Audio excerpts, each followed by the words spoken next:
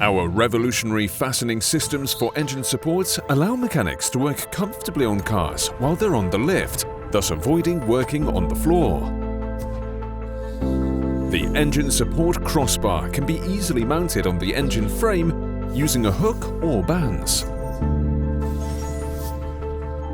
This way, all supports can be removed smoothly and safely. When the cradle needs to be completely removed, the fastening system with chain must be mounted using the cradle screws before mounting the crossbar. In more complex cases, like with light commercial vehicles, the double chain kit with 2 brackets is the ideal solution.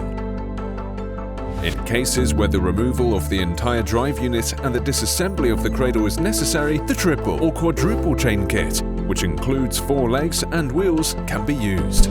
And when removing the gearbox or working on bulky parts such as engine crossmembers, silencers and differentials, the universal orbital system can be used. Request more information.